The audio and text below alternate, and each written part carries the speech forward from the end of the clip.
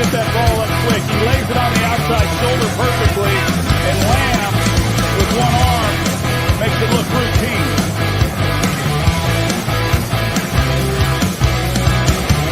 Victory for Pittsburgh struck everybody walking towards the park to get the win. Intercepted! Picked up at pick six. Mika Fitzpatrick is an kind of crazy formations that they really make you declare how you want to identify. Pressure up the middle, all the big guys. And McCaffrey, he's a running back by title.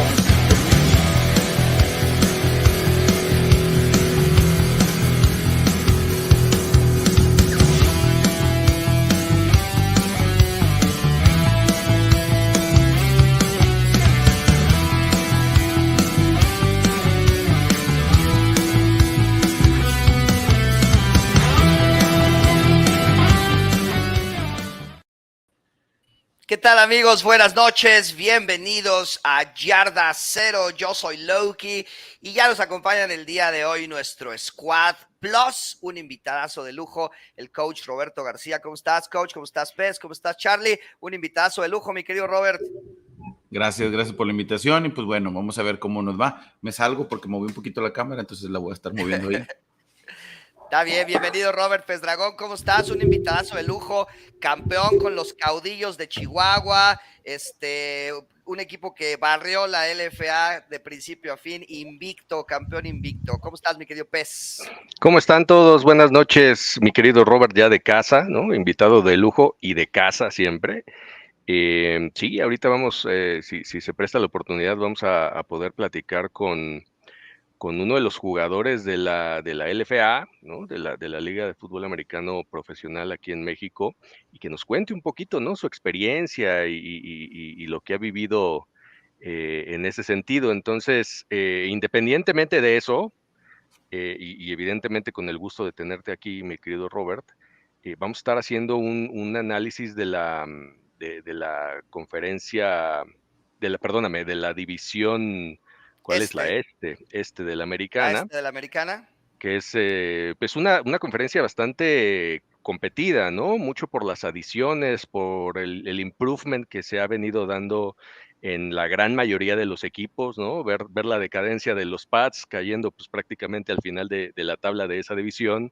Los Bills bien empoderados con unos sube y bajas que han tenido sobre todo en la última temporada.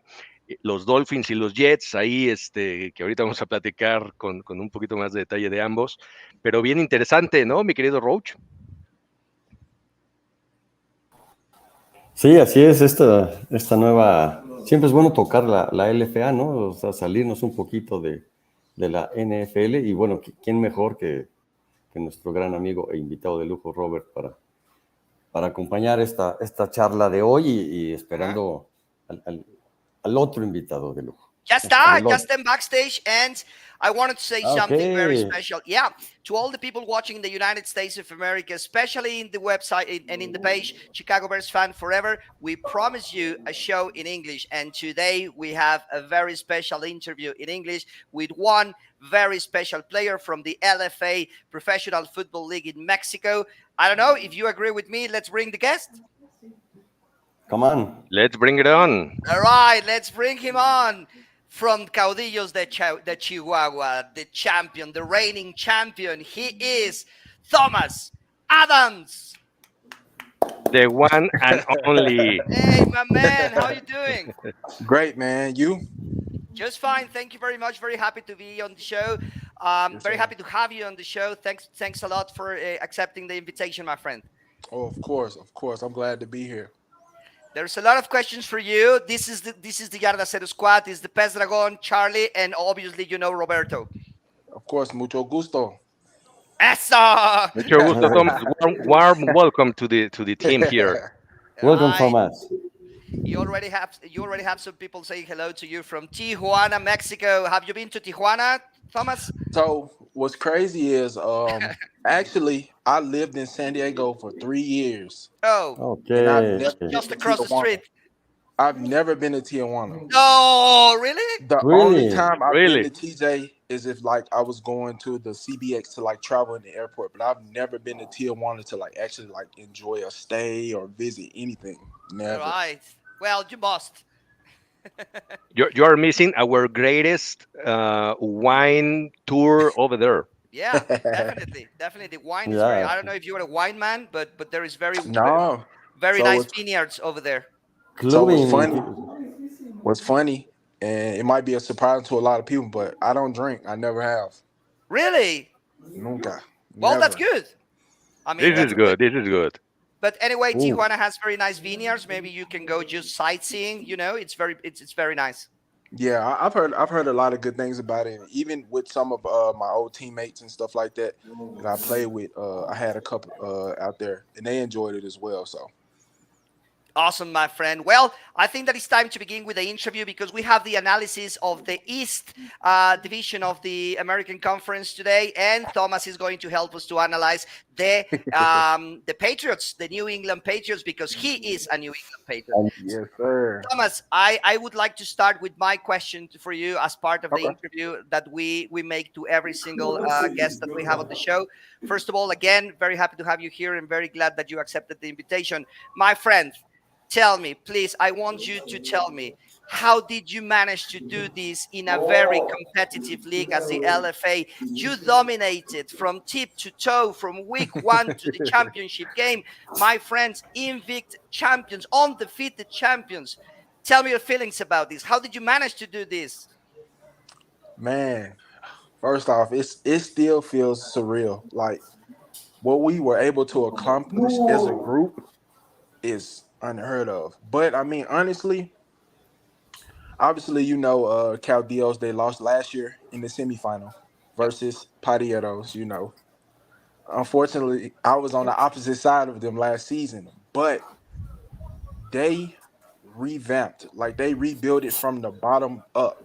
And so when I say that, I mean like they did everything differently. The guys that they had last year, from the Americans to the Mexicans, they didn't really feel like that they bonded well as a team. So this upcoming season, they wanted to do something totally different.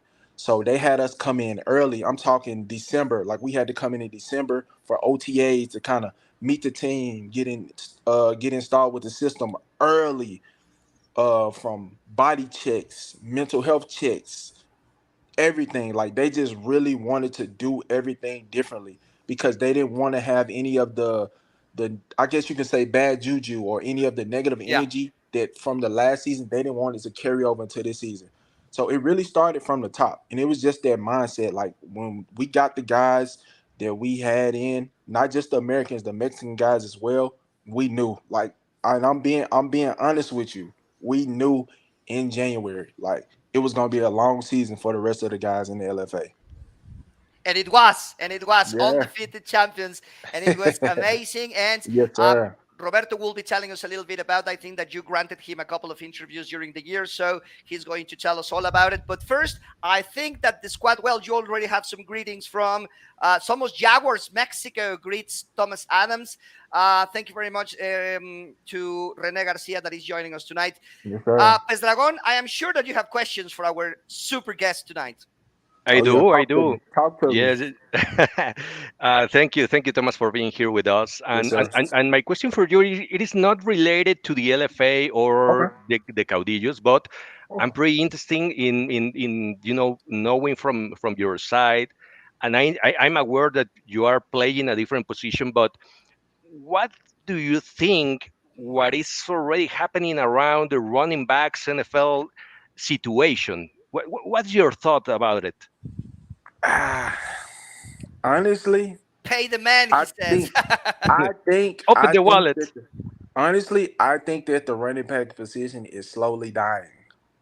Like running backs aren't cherished as much as they used to be, like in the early 2000s and things like they don't get the same love, the same value as they used to. You know what I'm saying? Like around the time where like AP and like those guys, you know, were really dominating the league, because I feel like the game now is transitioning to a pass heavy league. You know, you got great quarterbacks like Josh Allen, Joe Burrow, Patrick Mahomes, Lamar Jackson. Like, if we're being honest, like fans, coaches, they don't really want to see guys running the ball anymore. They want to see these quarterbacks making crazy plays on their feet, running to the opposite side of the field, throwing bombs, diving. You know what I'm saying? Like, that's really where the game is transitioned to. And it's unfortunate because, I mean, a lot of the Hall of Famers, you know, a lot of the big time guys that we grew up on, that we've appreciated, were running backs. You know what I'm saying? Like, when we coming up as little kids, like, for the most part, the first position we want to play is running back. You know what I'm saying? So it's tough, man. It's tough, but I mean, you got a lot of guys. Like, there's no reason like guys like Saquon, Josh Jacobs, like there's no reason those guys shouldn't be paid. You know what I'm saying? Like, Yeah. their numbers speak for themselves. Their athleticism, what they bring to a team, it speaks for itself. You know, so it is unfortunate. Thank Yeah, you, I'm agree Thomas. with you. I'm agree Yeah. with you. Yeah, definitely, David. I mean, we were talking about earlier in backstage, and we were saying that maybe even the NFL Players Association might intervene in this situation, because maybe a holdout, or I don't know what is going to happen, maybe a running back strike. But it's really, really complicated, the situation that they are living. They want to get paid. Dear Carlos Rocha, part of the Yarda Cero squad, I'm sure that you have questions for Of Thomas course. Adams, the champion of the LFA. Thank you very much, Thomas, to be here. Of So, course. Stop there. you're an amazing athlete. So, please, could you share with us how is a normal day in Thomas' life? How do you start your day? Your training And hours, your okay, meals? yeah, okay. So back when I was playing with Caudillos, right, this past season. Okay, so it really depends on, like, the time period. So when we first got there, we were doing a lot of things like building with the community. You know what I'm saying? Like, visiting the schools, the gyms, the recreation centers, the colleges, and stuff like that, to kind of really engage with the fans. You know, because, man, Okay. for a guy like me who has so much love and respect for football out there in Mexico, it always surprises me how many people still don't know that pro football is emerging in Mexico. So, you know, we go to these schools and these guys never heard of Caudillos. They never heard of Dinos. They never heard of the LFA, the fam, none of these things. And it's just like, it's just mind boggling to me, you know? So we were doing those type of things. And then really, I mean, it's so crazy. For every season that I've been here, it's so crazy because we always practice at night. So pretty much whatever our day held, like, we could maybe go visit a school or something, 8 o'clock. You still have the whole entire day to yourself, literally, like, to do whatever you want to do. You know what I'm saying? So for a guy like me, like, in season, we wake up in the morning, we would have meetings, you know, DB meeting, linebackers meeting, something like that. I would come back, I would maybe go to the gym for a little bit, and I would still have maybe 5 or 6 hours of downtime before practice. You know what I'm saying? So, but for me, like, I'm very experienced in Mexico, so I'm a big time gamer. You know what I'm saying? So in my spare time, if I wasn't training or anything like that, I was gaming. You know what I'm saying? So that really helped me get good pastimes, you know, in order to, you know, just kind of get ready for practice and kill time and stuff like that, you know. Awesome. Okay, awesome. Thank you very much, Thomas.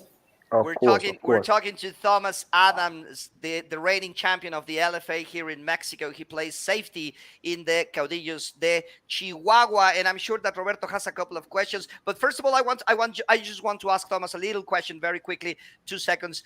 Where were you when Chad 85 came to play to the Mexican League? So actually, I was in my last year of college. Right. I was finishing up my last year. What was that? Purdue? No, I played at like a small D1 school. It was called Gardner Webb University. Gardner Webb, okay. Yep, Gardner Webb in North Carolina, small school, one stoplight town, like that type of small. Right, yeah. And you knew, and I mean, you heard that Chad 85 came to Mexico to finish his career. So this is the funny thing about it, and I love telling this story. Shout out to my boy. I'm about to bring him up. So, to give you guys a little rundown about me. So when I finished my 2017 season, I was highly sought out for the NFL. Like, I was a top prospect, you know, on my team. I was the leading tackler. I was probably like probably the number one player, like defensive player on our team. Everything cool. I was talking to NFL teams and stuff like that. So my life was kind of shaping how, I thought it would be like. I'm like, wow, like all the things I dreamed of, you know what I'm saying? Being in the NFL's eye and stuff like that, it was all happening for me. And so I graduated 2017, December. And then I came back to school in like January to train. I got me an agent, everything. Like I said, everything was looking exactly how I thought it was going to be. Fast forward a little bit, I'm training, get my body right, mind right, everything. Doing everything that's needed to be done. The agent that I was representing me and stuff like that, he brought another teammate of mine on board. So everything was looking good. I did my pro day in March 26th. And so this is when I started to learn about the game and like how it was just bigger than football, because my agent was kind of showing more favoritism to one of my teammates. And I didn't have any like hatred towards my teammate, because my teammate was a hell of a player. You know what I'm saying? He had won Big South Offensive Player of the Year like the year before. So he was highly sought out. I knew that. You know what I'm saying? But I just wanted the same respect and same treatment. You know what I'm saying? But I wasn't receiving that. And so I go like a full month without talking to my agent. And so I'm like, dang, like what's going on? Like I'm confused. I end up talking to one of my coaches. He's like, oh man, just give him some time. You're not the only guy he represents, because the agent that I had, he was a pretty dang good agent. Like he was managing like Cole Beasley, Ryan Suckup. He managed Ryan Clark back when he was playing. You know what I'm saying? So I had a pretty good agent, and so I was like, you know what? You're right. So the day after the draft, I remember like it was yesterday, he hits me up. He's like, hey, TA, I kind of got some bad news for you.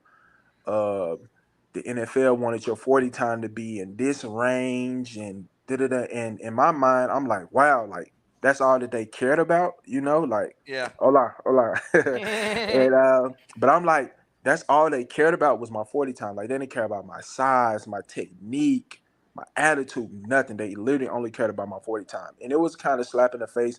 But at the same time, I had to take responsibility, because that was one of the biggest stages of my life. And 4 seconds, that's all it could have took. If I would have did what I needed to do in that moment, my story could have been completely different.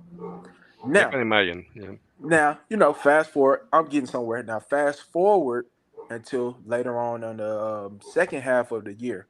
So 2018, I missed my draft year. I missed the first NFL season. So for me, I shaped my entire life around making it to the NFL. For a guy like me, I didn't know anything else, so it was kind of tough on me, but I kept my faith high. I kept my faith strong.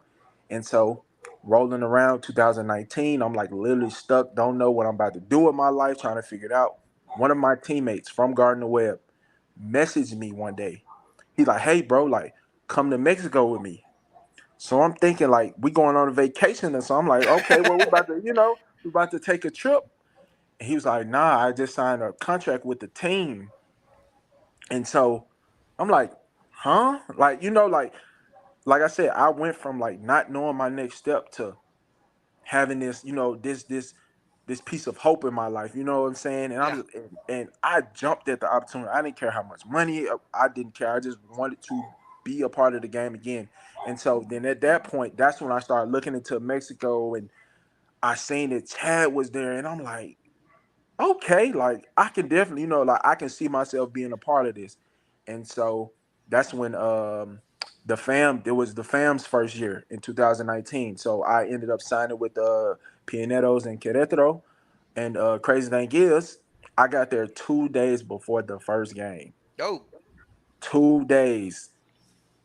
Didn't get a true practice with the team or anything. I ended up starting the whole game. I played corner like 90% of the year, my first year in Querétaro. I went there thinking I was going to play safety, but I ended up playing corner like pretty much the whole season.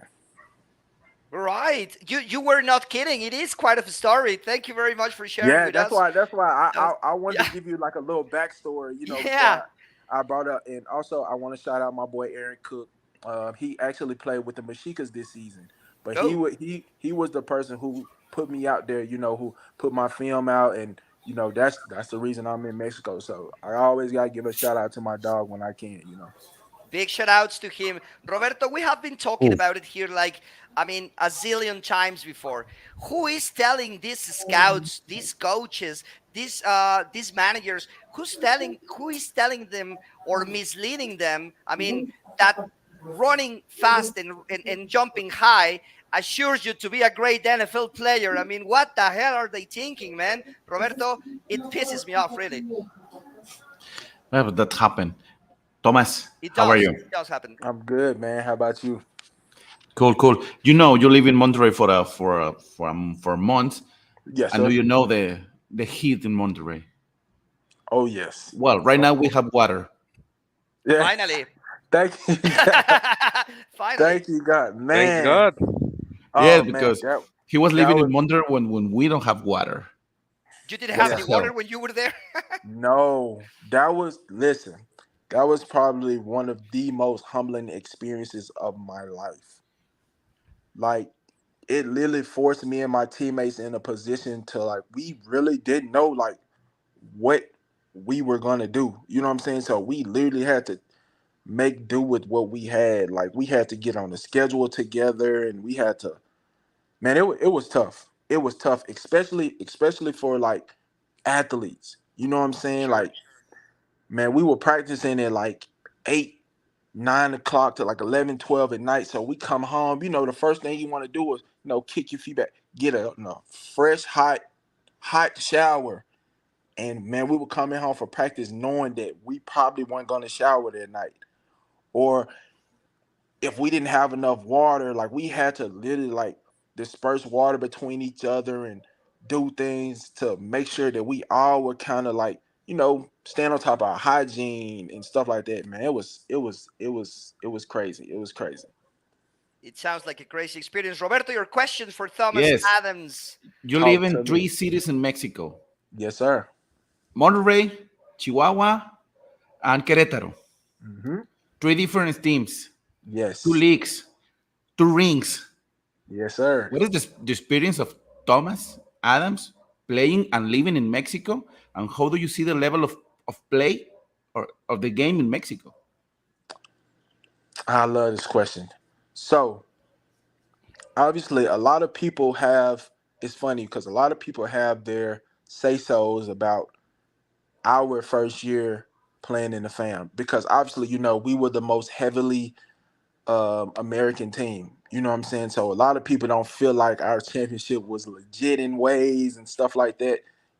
But at the same time, man, it's been so amazing to be a part of something so special. Like, the league is really growing to a point where Mexico is going to be heavily sought out, and that's how I'm trying to get it myself. I'm trying to help guys like here in the States, like young guys, collegiate guys who want to go pro.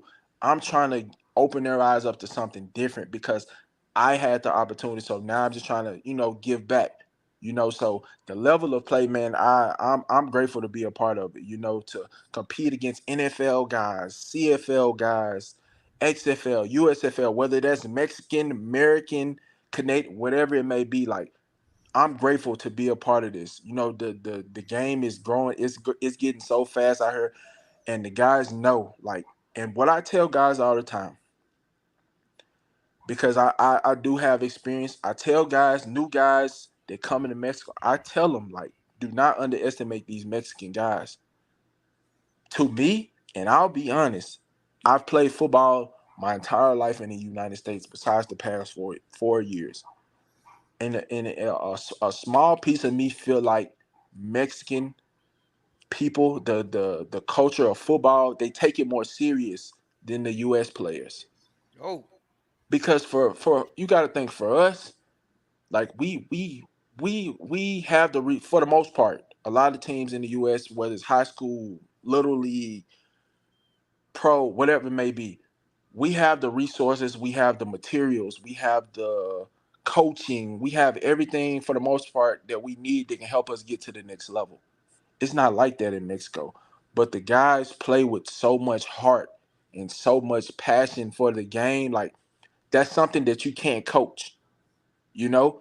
And a lot of those guys wish that they could be in a position of us, or they wish that they can have the opportunity to make it to the NFL. But the culture is so bad because a lot of these Mexican guys don't think that they can make it to the NFL, you know, just because of how they were raised or the conditions that they grew up in, you know. And it's sad to see because I've talked with young high school kids who, hey, Tia, you think I got a shot at college in the US? And I'm like, bro, like, yes. You know what I'm saying? Like, Hmm. yes, but it starts here, like changing that mentality, one kid at a time, one player at a time. Like, you guys can make it to the next level. And I'm not gonna say it's gonna be easy because Mhm. God has a plan for each person. You know, like for a guy like me who thought I was going to the NFL, I didn't. I've spent my last 4 years in Mexico, but you got guys coming straight out of college, you know, at schools like Tec de Monterrey, Mhm. going straight to the NFL, you know, so it's changing, man. The game is changing, and I'm glad to see that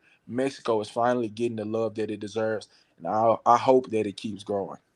Thomas, do you think that the NFL will have to turn its head to Mexico at some point eventually to scout Yes. players here? Honestly, yes. I'll say this because I think it'll still take time, but it's going to take the right person. It's going to take the right person with the right platform to really open the eyes up to the guys in the because if we being honest, I'm pretty sure it's a few guys in the NFL, lower level, mid level, whatever, wherever it may be, they got their eyes on Mexico for sure. Like you got former NFL guys who are big time guys, you know what I'm saying, on their teams in the NFL coming here to play. You know, so that's definitely gonna raise some eyebrows. Like, okay, like, what are these guys doing? Like, what are Mhm. these guys doing over here? And don't get me wrong. I mean, obviously, you got the XFL coming back, you got the USFL coming back, and the leagues are thriving. So it's so in a lot of situations, you know, a lot of coaches may feel like, oh, we don't have to look over there. But then you got a guy like Cavante Turpin who played in the ELF in Europe, you know, played at TCU, go to the ELF, he thrived in the ELF, come in the USFL, boom. Now he's a Pro Bowler, Yeah. returner in the NFL. You know what I'm saying? So Yeah. I definitely feel like eventually the NFL it's gonna take that one guy though. It's gonna take somebody. I don't know who it's gonna be, but I definitely have my hopes high for that. Thank you, Thomas. Dear Pez Dragon, that was the interview with Thomas Adams, but don't you think that he's going anywhere? He's staying here to analyze the East division of the American Conference. We have a lot of kudos here for Thomas from David, and then we have Steps here that is also here. Thank you guys, thank y'all. Somos Jaguars Mexico says we can offer great players for the NFL, but we have a lot of work to do in Mexico. Yeah, definitely. That's true. As That's true. Thomas is mentioning, it has to be eventually, and it's going to take one guy. It's going to take one appropriate platform in order for it to happen. Dear Pez Dragon, it's time to analyze the East, the AFC. So I think that you are in charge of the Miami Dolphins. I don't know what's the feeling of Thomas of these division rivals, the Miami Dolphins. I know what I think. I I think saw you, Thomas. I saw you. it's time for us. It's time for us to continue destroying Tua Tagovailoa. But We do. Pez Dragon, let's get it on. The Miami Dolphins. What can we wait? What can we expect from them in the 2023-24 season? Yeah. You know, the Miami Dolphins for, since couple years from now is the team that is the black or the white, the ups or downs, the heaven or hell team. Um, and as you all probably the Miami Dolphins barely returned to the postseason last year for the first time since 2016, and we cannot talk about the when the last time they landed to the Super Bowl, 5 decades ago. And I guess the magic word for that team is injuries. The injuries have been destroying all around the team from the mid-season last year to the end of the same one, and two concussions for Tua Tagovailoa, Yeah.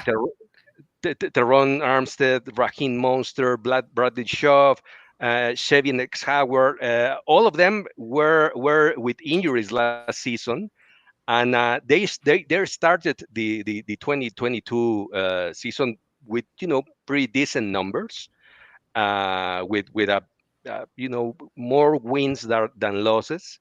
But as I mentioned, the injuries were the magic word around this team, and I have some mixed feelings with some particular comments with Mike McDaniels, because he said that Tua Tagovailoa is their man, is the most important player for the Miami Dolphins, His concussion even man. considering the concussion man. But he said that even knowing that Tyreek Hill, Jalen Waddle, and now this season Jalen Ramsey is are key players in the Miami Dolphins organization. So from my very particular point of view, they can have, or they could have a decent good season if they don't have injuries. In the other hand, they need to take care a lot with the offensive line, that it is not the one of the tops, and I guess their offensive line are, or of the mid of the table from down. Tua Tagovailoa is always, or the majority of the snaps are, he's running for saving his life from the defense guys.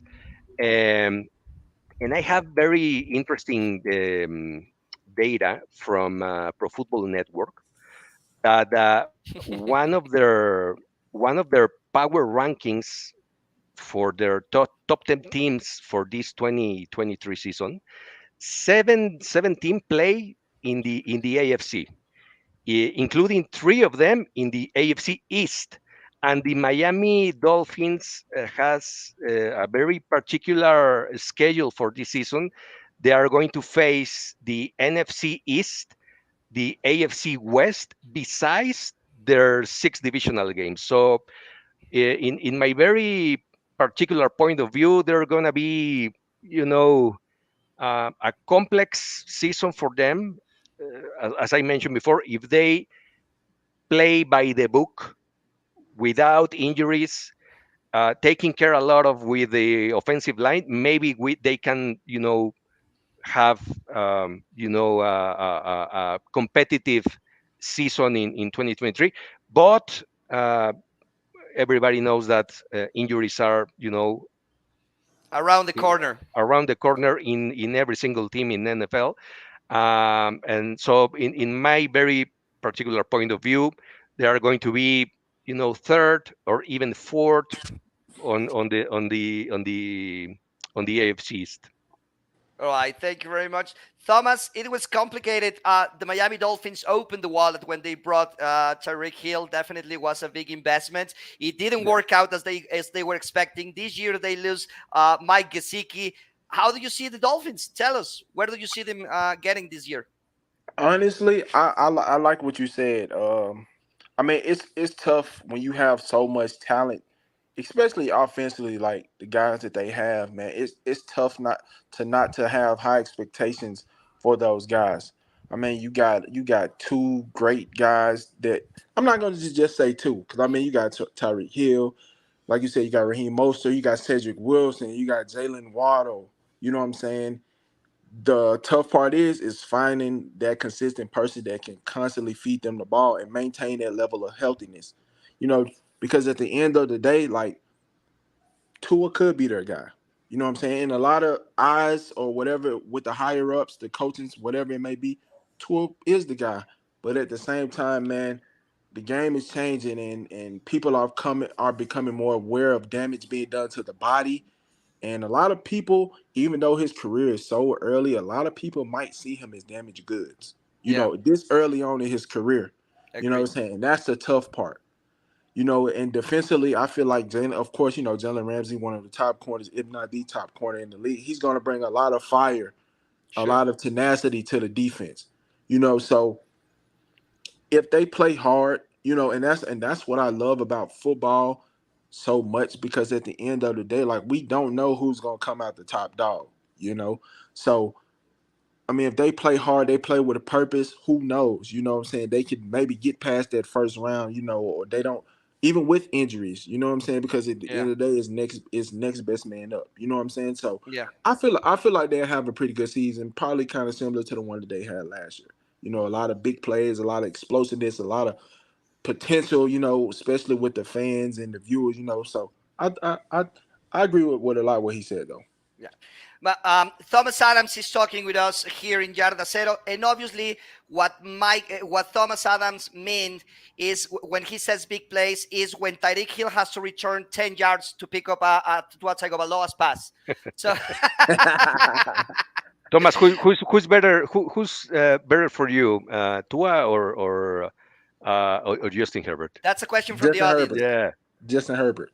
Yeah, for I mean, sure. we all know, but it's Mauricio Rios. Mauricio, we love you. We love you. Listen, Justin Herbert is a smooth dude, man. Like, he coming from college to the NFL, like, with his size, his mobileness, like, he's a dang good quarterback. And to come in the league and done what he's done so far, I mean, at the end of the day, like, they're there to win championships. They're there to produce. You know what I'm saying? So I can't give him too much credit. You know what I'm saying? But at the same time, like, he's making some plays. You know, so hey, I gotta give it to him. I gotta give him his credit.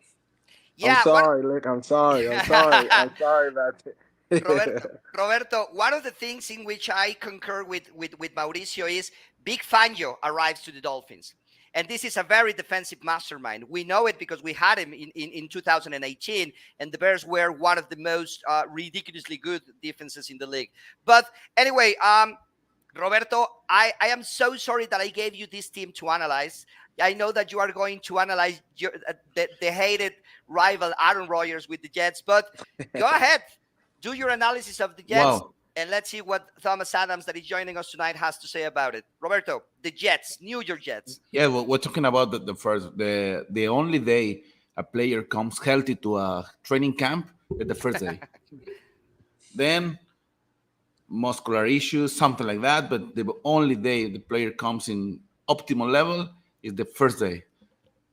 Talking about that, the Jets have around 4 or 5 players we got to check all the seasons, because they come to improve or demonstrate why they come to the team. For example, I have the Jermaine Johnson, defensive end. They come and they have a terrible lesson, injury season. Then Aaron Rodgers. We know he's a very good quarterback, but I don't like a person, but that's my opinion. Laken Tomlinson, offensive guard. They come in like the reformer the last season. I think this coming from Bengals. No, I don't remember. But they have some injury end season. Then Breece Hall. Yes. Breece Hall for sure. Breece Hall, yes. Carl Lawson and Mickey Beckton. They come from Blisson the last season. From injuries, yeah. I think it was and Breece Hall was checking all the season. But Jets have an interest group of players. They have like 1 or 2 very good players for position. And this I want to talk about and ask you, Thomas, what's your opinion about the defensive rookie of the year, of the last year, Sauce Gardner? They play as perimeter. What is the opinion do you have about Sauce Gardner? Listen, first off, what I hate that the media try to do, like, I hate that they're trying to kind of like pin like Tyreek Woolen and Sauce Gardner against each other. You know, trying to make it seem like they don't like each other, but at the end of it, like, they're both competitors. They both want to help their team win, to be successful. That's first. But Sauce Gardner, hey, look, man. Sauce Gardner he's a dog. Like, he's legit. You know, no matter what anybody has to say, they may have felt like he was undeserving of the, defensive, whatever it may be. At the end of the day, it's tough to argue with numbers, man. And it's tough to argue with what he's put out on film. Like, don't get me wrong, like, I'm pretty sure he made mistakes, but at the end of the day, to come in that young, with that mindset, that high level of play to maintain throughout, 17, 18 games, that's tough to do, especially at corner, because everybody knows besides quarterback, corner is the hardest position in football to play. So to dominate on that level, especially with a high majority of man coverage as well, guarding some of the best guys each week, that's tough, man. That's tough. So I gotta give my kudos and my respect to him. Okay. Thank you. Well, I'm seeing the Jet bring 13 player from free agency. Yeah. The most important for me was Allen Lazard, because Aaron Rodgers need a man of confidence. Yep. Yeah, he brought the the at least I don't know, maybe 10 or I don't know 8 players from Packers, right? Yeah, Yep. Pez, but it is kind of ridiculous, right? When he was in Green Bay, I mean, the tantrum that he'd throw, it was because because they drafted Jordan Love, right? Instead of bringing him some more weapons, right? So he says when he was in Green Bay, I want to go out because they don't bring me weapons. And when he arrives to the Jets, he says, bring me the same weapons that I had in the Green Bay Packers. So what the hell is going on, man? Exactly. It makes no sense. It makes no sense. Carlos Rocha, we're talking with Thomas Adams, the reigning champion of the LFA, and you have the analysis of one very complicated team to analyze, because you have the analysis of the Buffalo Bills, one team that, according to the contracts that they are expiring next year, this is the year. If it is not this year, it's going to be very complicated than another year. Stephon Diggs is not going back. No. Maybe some other key players won't come back. So, Carlos Rocha, the analysis of the New York Bills. I think that is the last breath for Bills. Is the last chance to make something different. Yeah. Last call, and unfortunately, Josh Allen's numbers is making worse every single season. In checking the interceptions, the number is higher in the last 3 years. So in the special moments, they make some failures. So all the odds says the Bills will win the division, but it doesn't makes a big deal, because if they win, okay, if they win, but they have to face Bengals or Kansas, and the same story, no? So I don't know, Thomas, what is your thoughts about the next season for Bills? So, funny thing, I actually played against Josh Allen my senior year of college. All right. Yeah, so Wow. I actually got to Really? experience, Josh Allen, his athleticism, his skill set, like, firsthand. But now here on the Bills is a totally different story, man. It's I know it's frustrating for him, because with a team that they have, like, it's no excuses, Exactly. like to be in the position that you've been in 2, 3, however many seasons that it's been for him, and to consistently coming up short. I know it's tough. So I know this year in particular is going to be like a make or break type season. You know what I'm saying? Because, like you said, like, people have their say-sos about Josh Allen and his skill set. A lot of people are highly, he has a lot of respect for a lot of people in certain moments, but a lot of people don't respect his game in certain moments. You know what I'm saying? So I know that he has to up his level of play. I'll say that. You know what I'm saying? And I'm not just going to put it on him, because this is what we do as a society or as a people when a game goes wrong or something, a team loses, we put it all on the quarterback. But at the end of the day, like, who's giving up the points? Who's allowing this team to, you know what I'm saying? So I can't just put it all on Josh Allen. The Buffalo Bills, they have, on paper, they probably have one of the most solid teams in the NFL. So it's, like I said, it's really no excuses for them. If they can maintain their level of healthiness, because they dominate for the most part throughout the regular season. But at the end of the day, like I tell people all the time, once that regular season ends, it's a different level of play. You know what I'm saying? Because I mean, obviously, you see it. Like, if we're being honest, like, the Chiefs weren't better than the teams that they played against on paper.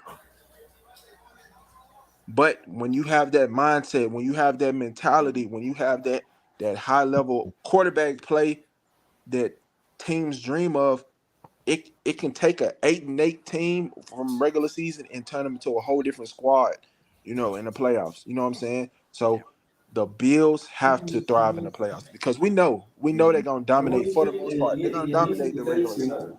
They have to dominate the playoffs. They have to. They need a wake-up call. Thomas, we have a question from the audience. We have a question from the audience. Is directed to you, and it comes from a very good friend of the show, Mauricio Rios, who is a very adamant hater of Josh Allen, and he's asking. And Dolphin fan, by the way. Yeah, and a Dolphins fan, of course, and a Tua lover and a Josh Allen hater, and he's asking you. Do you think that you can be an elite quarterback with 17 interceptions a season?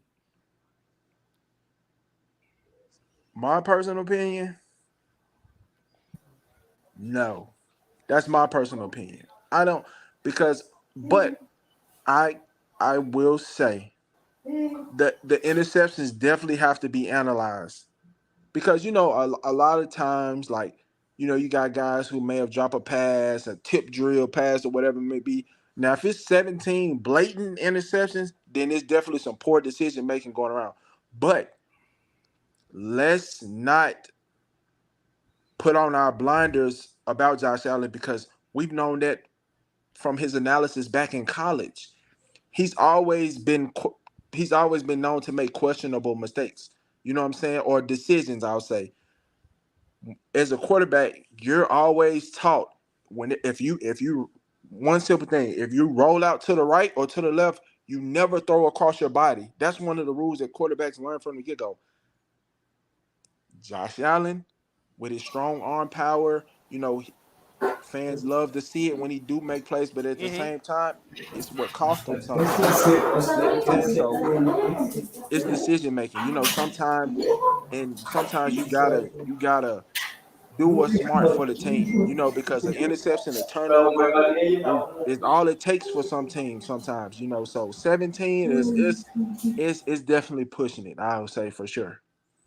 Thank you very much, Thomas. That was the answer to the question of Mauricio Rios, who say, shout outs to Mauricio Rios. He's the owner of the group Dolphins Universe in Mexico. So follow him. Okay. He's a very nice guy, and he's a very adamant Josh Allen hater, as you can see. It is time for Thomas and myself to analyze his team, the New England Patriots. The New England Patriots. Thomas, I am going to give you 3 pieces of information, and then you can do whatever you want with them. First of all, the draft. They had 14 picks this year, and they went crazy on corner. I mean, they pick up Christian Gonzalez, one of the jewels of the crown on this draft. Now, let me tell you a little bit about the free agency. They got Mike Gesicki, a great tight end from the Miami Dolphins.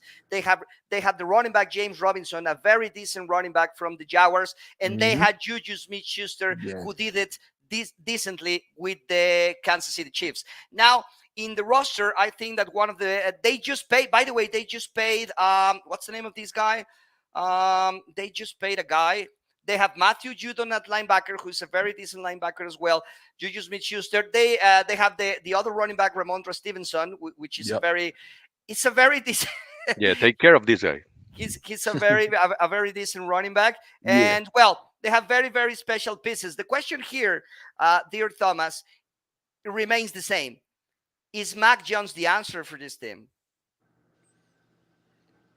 A very tough question. Grillos. It is tough, man. It's tough because for one, the person that he's following up after is a pair of shoes that he'll probably never be able to fill. So for him, I feel like the situation that he came into, the pressure for him, the ceiling for him was so high because of who he's coming in after. So Yeah. that's the tough thing for him. But at the same time, I can't give him any leniency, in my opinion, because he played for one of the greatest college programs of all time. So he know what it means to play at a high level. He know what it means to compete in high level moments. So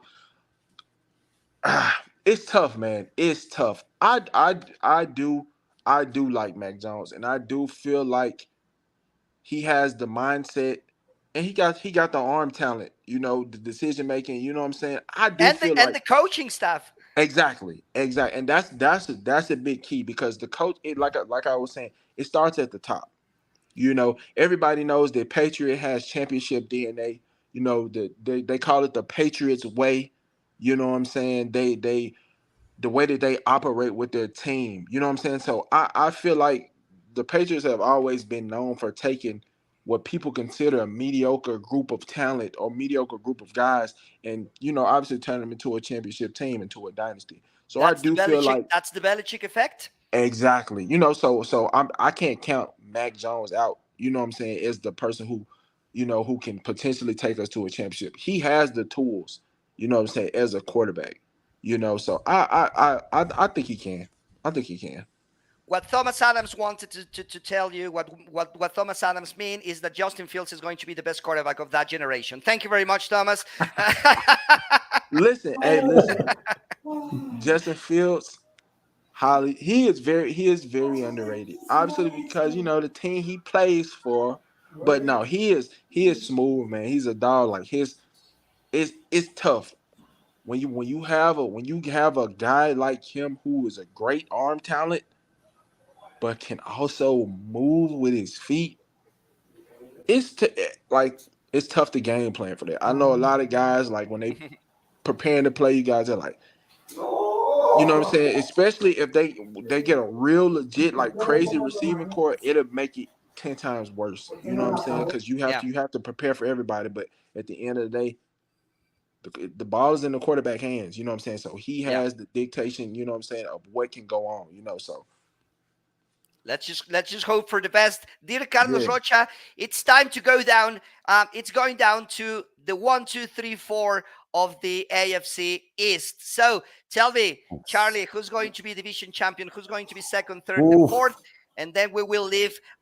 We will leave at the end our guest Thomas Adams, the reigning champion of the LFA with the Caudillos of Chihuahua, safety of the Caudillos of Chihuahua. So tell us, Roach, how's the division going to come down?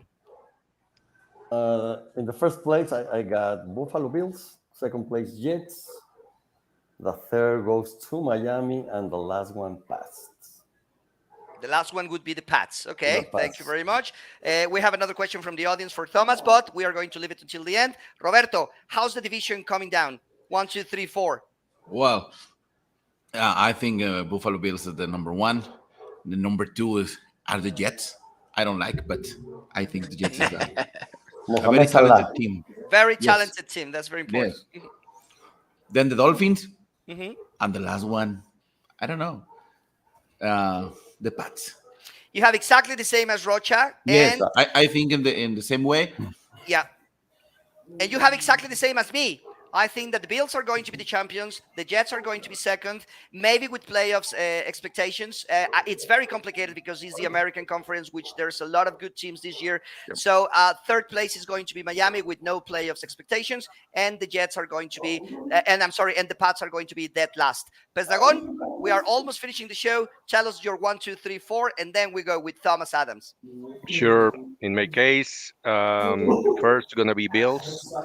Second, Miami Dolphins. Third, the New York Jets, and last, the Patriots.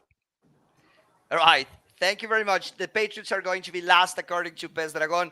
Thomas, first of all, thank you very much for being here. Before you tell us your 1, 2, 3, 4, tell us where the people can find you, where the people can follow you, what is coming on, what is coming in the near future for you and the Caudillos of Chihuahua. Tell us about that, and then you can tell us your 1, 2, 3, 4. Of course. First off, I want to say thank you guys for having me on the show. I want to thank my guy for recommending me to you guys. You know, I love to sit down and talk about my experiences. You know, I can do this. I can do this all night. I know my girlfriend probably want me to come to bed soon, but I can do this all night. You know, but man, you guys, you know, you guys can follow me on Facebook at Thomas Adams, Instagram TAdams8 _, YouTube Toe Tap TV, Twitch. Because I'm a gamer, Toe Tap TV, Right. whatever, man. I interact with all my people. I show love to everybody. I don't care where you're from. I appreciate anybody who supports what I do. One game, whatever it may be, man. I appreciate you. I appreciate it all. Thank you, my friend. You're 1, 2, 3, 4 of the division. Unbiased. I gotta give it to the Bills. Now, my 2, 3, and 4. Honestly, I definitely can see Patriots being 4th. I can see that for sure, and that's me being unbiased.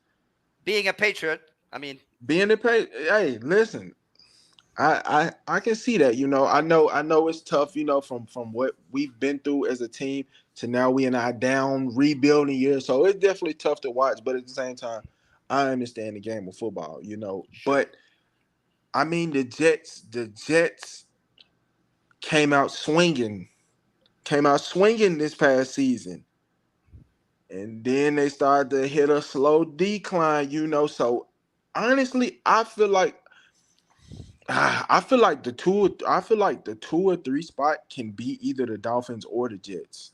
You're right. It depends on the second half of the season. That's the big key. But if I had you're right. Injuries. If I had to give the number two, a healthy team, I could low-key give the Dolphins number 2. Low-key. Right. If they maintain their level of healthiness. From quarterback to the lineman, whatever. I could low-key, because I feel like the Jets are still young. I feel like the Jets are very, very young, but I know they have the veteran leadership of, you know, like you said, Randall Cobb, you know, Aaron Rodgers. But at the same time, it's tough. He